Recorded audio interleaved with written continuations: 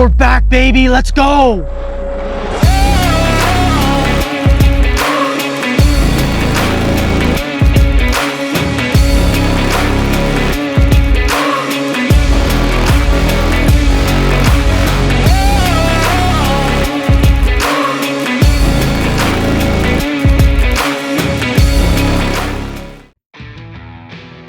Welcome back to another episode of Outward Outdoors.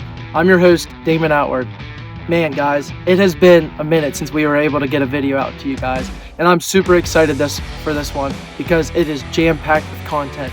We not only have our deer season from this year, but we have some duck footage, we have small game footage. It's just going to be an action-packed, long format video for you guys, and I hope you enjoy what we've done for you. We put a lot of time and effort into it. I know it's been, like I said, some time, but don't worry, we've been working behind the scenes, and I hope you guys enjoy this. We're going to start off this video with deer, and we're going to get ourselves set up and try to get our blind ready for our first couple sits of the season. We're going after a buck that I like to call Beamer. He was just a massive mainframe 10-point, good brow tines, had mass to him, real symmetrical. He was just anything you could want out of a deer, at least that I would want out of a deer. So we're setting up on him at Apple Tree, and the action gets pretty I don't know how to word it. It was a lot all at once because we had to put a lot of effort in just to even get to our first sit. I mean, you guys will see here in a minute everything that we had to do. It was pretty interesting, and we have a couple new camera angles for you guys. Just very excited about this. The first deer that you're going to see in this video is not our main target deer. We had our Beamer far off in the distance on our first sit, and he followed a doe, what it seemed like, going off and never came our way. And later on, like an hour later, we had a deer show up what looked very similar to him, and everything happened so fast it almost seemed like it was Beamer. It presented the perfect shot to us, and I flung an arrow at him, and I ended up hitting him in no man's land. But we exhausted our efforts. We reviewed our video footage, we slowed it down, we saw where we hit him, we brought the drone out, we searched for multiple days, and to no prevail. But I was able to get on a different deer and finally seal the deal. But I hope you guys enjoy what we have in store for you. Check it out. Hope and I were lucky enough to get out already and get our first sit in. Although it may have been uneventful in the long run, it was still awesome to finally be back out in the woods. We got to see a couple of does right at the end of shooting light, and didn't have the buck that we were going to target in that specific area. But nonetheless, it was still great to be back out in the woods. And like we did yesterday, we're going to do it again today, except this time I'm going to be trying to go after my target buck, which we deemed Beamer. We saw him last year, and he just had massive main beams. Not much mass, not much height, nothing to be desired about. And this year at 4.5, he completely blew up. He's a mainframe 10-point and just has mass out the wazoo and beam length for days, just like we called him. That's why he got the name Beamer. So we got the new Elite Encore bow, got it all tuned and ready to go. Think we might give it a roll tonight. We're going to go to a place we like to call Apple, and maybe if we're lucky, he'll take a step out and we'll get it on video for you guys. But I'm Damon with Outward Outdoors. Here's what's coming next.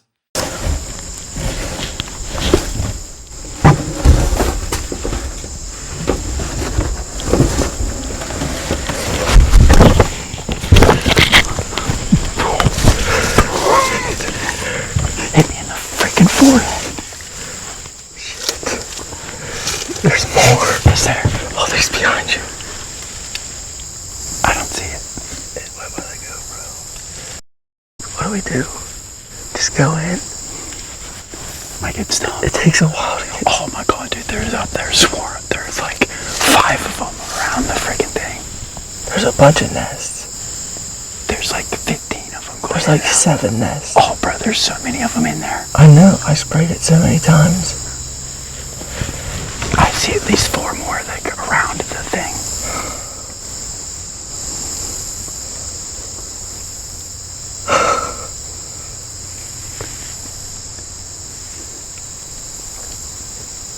Fudge. I'm scared to go in. I was in once, and then I panicked and came back out. Because of the no wasps. Yeah. I should have just been still. Right? Like a dinosaur, they won't see you. Yeah, they'll definitely see you. What do I do now? I don't know. You should have brought wasp spray.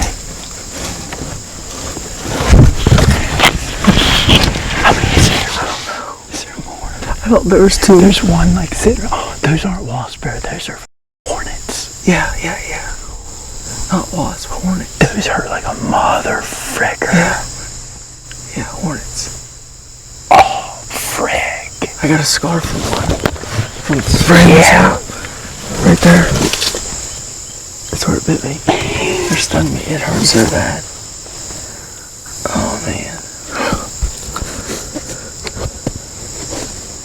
Just think of it like as mosquitoes. Just let it happen. I don't care. If you go in, I'm going in. You gotta go in first. They're gonna sting me. Yeah, they're gonna sting both of us. Oh my God. We're gonna get bit like a mother trucker. Just the second you open it, they're right there. Do you see? Why is there so many? I thought you sprayed them Twice. There's no way. I swear. Then you suck at spraying them. Me, I did it once and Dad did it once. You suck.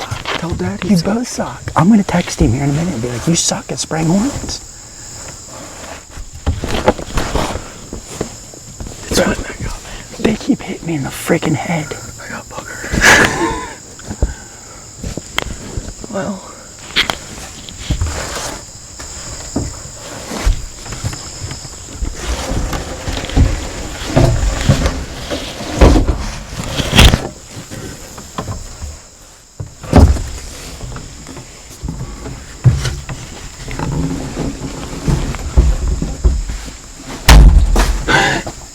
They're everywhere. Alright, hand me stuff up.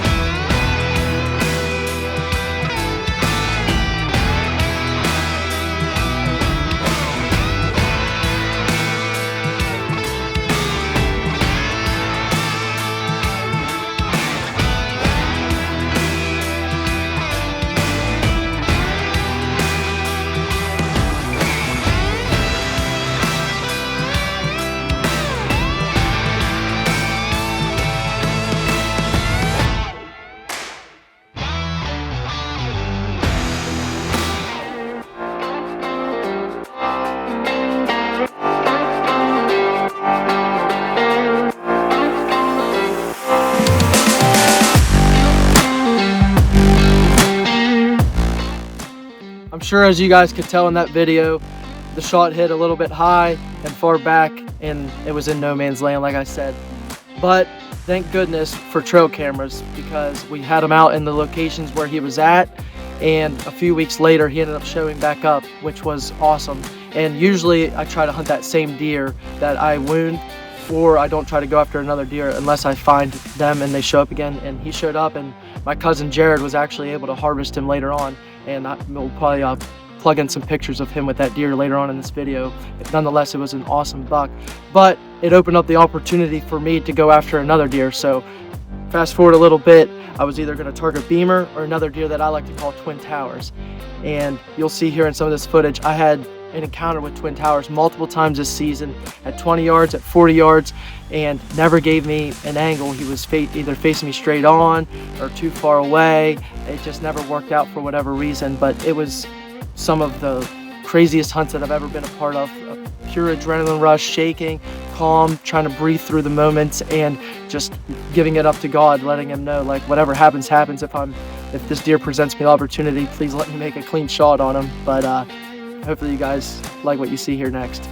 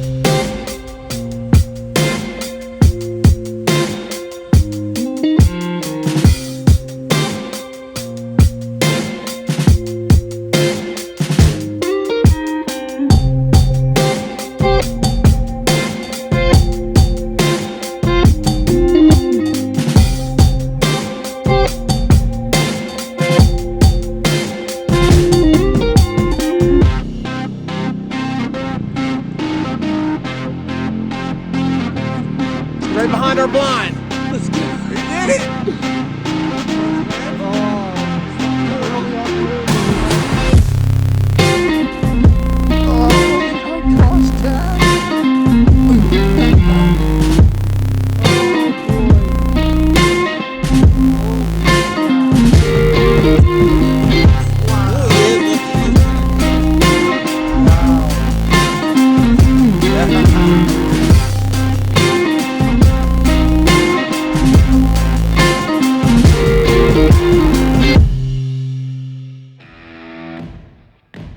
I mean, my oh my, what an incredible deer.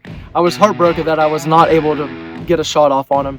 But fast forward a couple days later, it's gun season, and we had a massive snowstorm, and I'm ready to go hunt twin towers. I only have a car at this time, and I can't get out of my driveway, and my dad calls me, and he's like, "What are you gonna do?" I was like, "I can't get out of my driveway, Dad." I was like, "But you have enough time, you can make it to the stand, like, please go." Like, I have a gut feeling he's gonna show up.